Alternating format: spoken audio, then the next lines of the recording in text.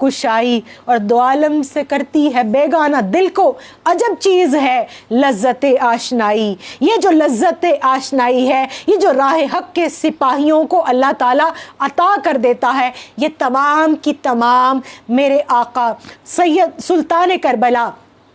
سیدنا امام علی مقام علیہ السلام اور ان کے خانوادے کی دین ہے، یہ ان شہداء کی دین ہے، یہ ان کی قربانیوں کا خراج ہے، یہ راہ عظیمت کے راہیوں کا وہ جذبہ ہے جو قیامت تک ہر اہل حق کا راہی کشید کرتا رہے گا. اور اس کے بعد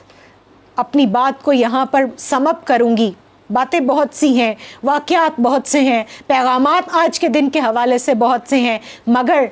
امید کا پیغام علامہ اقبال رحمہ اللہ کا پیغام ہے. وہ فرماتے ہیں تیرے دریا میں طوفان کیوں نہیں ہے، خودی تیری مسلمہ کیوں نہیں ہے، ابس ہے شکوائے تقدیر یزداں تو خود تقدیر یزداں کیوں نہیں ہے. ہم بلیم گیم سے نکل آئیں. اب ہم اس کو اس کو اس ادارے کو، حکومت کو، ریاست کو، انتظامیہ کو، مقننہ کو، کبھی اس کو تو کبھی اس کو دوش دینے سے باز آ جائیں. اب ہم یہ سوچیں میں نے کیا کیا ہے، اس ملک کی خاطر ہم نے مل کے کیا کیا ہے. اس ملک نے، ہمارے آباء و اجداد نے ہمیں آزادی کی نعمت دی. ہمیں قائد اعظم رحمہ اللہ اور علامہ اقبال اور تمام جتنے بھی قیام پاکستان اور تحریک پاکستان کے جو سرفروش ہیں، انہوں نے تو اتنی بڑی نعمت ہم تک پہنچائی، اور انہوں نے تو ہماری گردنوں کو ہندوؤں کے تسلط سے اور برٹش جو ہے ان کے تسلط سے آزاد کروایا. ہم نے اس ملک کو کیا دیا، ہم نے اپنے بزرگوں کو کیا دیا، ریٹرن میں ہم نے کیا کیا. تو پھر ہمیں سوچنا پڑے گا کہ ہم ہو کر آج کچھ کرنے کا کلیکٹیو ایفرٹ کا وقت آ چکا ہے، اور ہر انسان اپنے کیے کا ذمہ دار ہے. مجھے اپنے سوالوں کا جواب دینا ہے، میں کسی اور کی ذمہ دار نہیں. آپ کو اپنی کیے کا جواب دینا ہے، اور ہر انسان صاحب ریت ہے. اس سے سوال ہوگا جو جو نعمت عطا ہوئی ہے اس کے بارے میں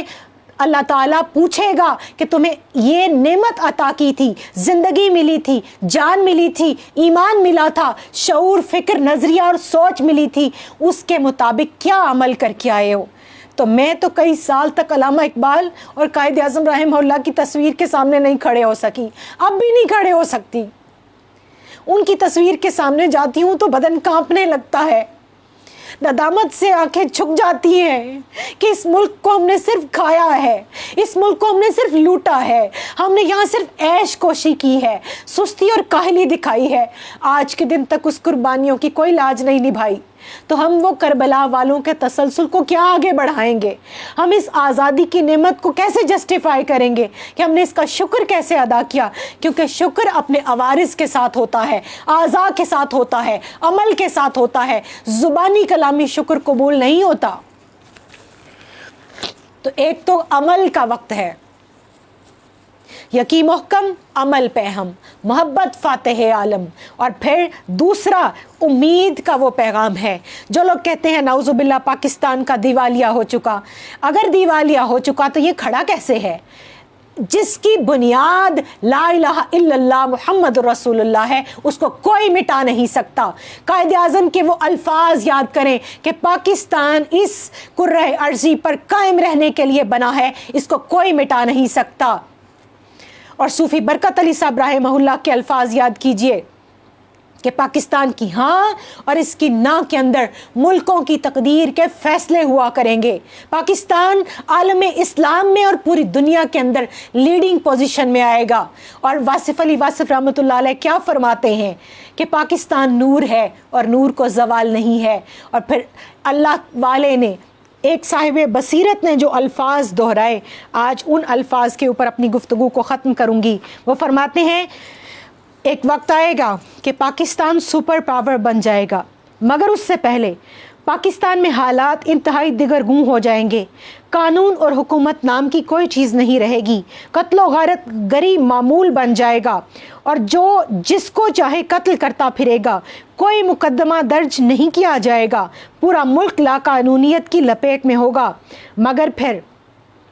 وہ حکومت آئے گی کہ دنوں میں حکومتی رٹ قائم کر دی جائے گی، اور مذکورہ سرکار کو غیر ملکی امداد نہیں ملے گی۔ وہ ملکی وسائل اور پاکستان لوٹنے والوں کو دولت واپس لے کر پاکستان کے نظام کو کامیابی سے چلائے گی۔ اس حکومت کے کار پرداز سرحدیں سیل کر دیں گے اور ذرائع ابلاغ مسدود کر دیے جائیں گے۔ پاکستان کے اندر ہر قسم کی غیر ملکی مداخلت کو ختم کر دیا جائے گا اور پاکستان کو لوٹنے اور نقصان پہنچانے والوں کو کا کلا قمع کر دیا جائے گا۔ پاکستان میں امن، سکون، سلامتی اور قانون کی بالادستی ہوگی، یعنی مذہبی رواداری اور یکتائی کا یہ عالم ہوگا کہ مساجد میں ایک جیسی اذانیں دی جائیں گی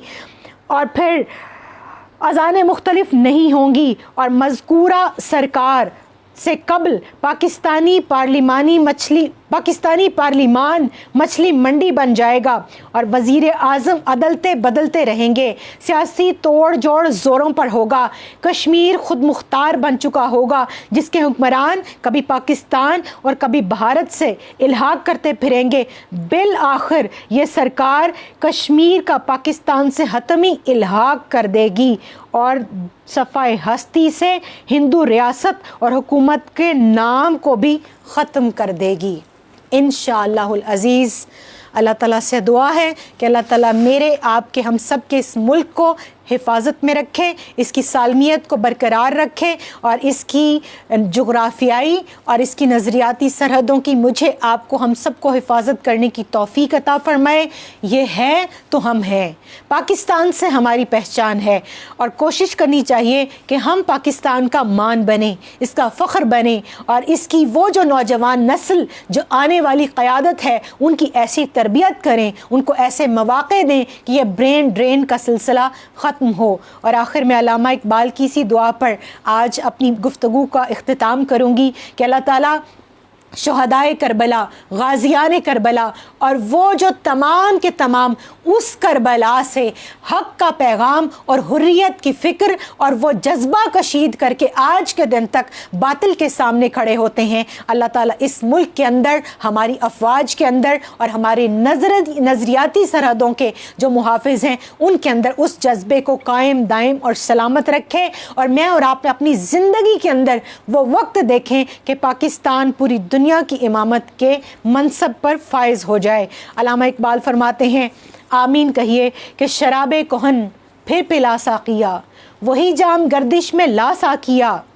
شراب کہن پھر پلا ساقیا، وہی جام گردش میں لا ساقیا۔ مجھے عشق کے پر لگا کر اڑا، میری خاک جگنوں بنا کر اڑا۔ خرد کو غلامی سے آزاد کر، جوانوں کو پیروں کا استاد کر، اور تڑپنے پھڑکنے کی توفیق دے۔ دل مرتضیٰ سوز صدیق دے، اور ہری شاخ ملت تیرے نم سے ہے، نفس اس بدن میں تیرے دم سے ہے، اور جگر سے وہی تیر پھر پار کر۔ یا رسول اللہ انظر حالنا، جگر سے وہی تیر پھر پار کر، تمنا کو سینوں میں بیدار کر۔ تیرے آسمانوں کے تاروں کی خیر، زمینوں کے شب زندہ داروں کی خیر۔ جوانوں کو سوزے جگر بخش دے، میرا عشق میری نظر بخش دے۔ آمین بجاہ سید المرسلین برحمتک یا ارحم الراحمین۔ نعرہ مل کے میرے ساتھ لگائیے۔ میری دعا ہے کہ میری، آپ کی، ہم سب کی غیر مشروط محبت اور لامحدود وفاداری اس ذات سے ہو جن کے صدقے ہمیں یہ نعمت ملی، جن کے صدقے ہمیں یہ پاکستان ملا۔ وہ ذات سید العالمین خاتم النبیین حضرت محمد مصطفیٰ صلی اللہ علیہ وآلہ وسلم کی ذات ہے، اور وہ نعرہ پاکستان کی ہر گلی، ہر کریے، ہر کوچے کے اندر اور ہر گھر کے اندر گونجنا چاہیے۔ اور میں اپنی بہنوں سے، اپنی ماؤں سے یہ کہوں گی کہ اپنے بچوں کو دودھ کی لوریوں کے ساتھ اور گھٹی میں یہ نعرہ گھول کے پلا دیں۔ پاکستان کا مطلب کیا؟ لا الہ الا اللہ محمد رسول اللہ صلی اللہ علیہ وآلہ وسلم، وما علیہ الا البلاغ۔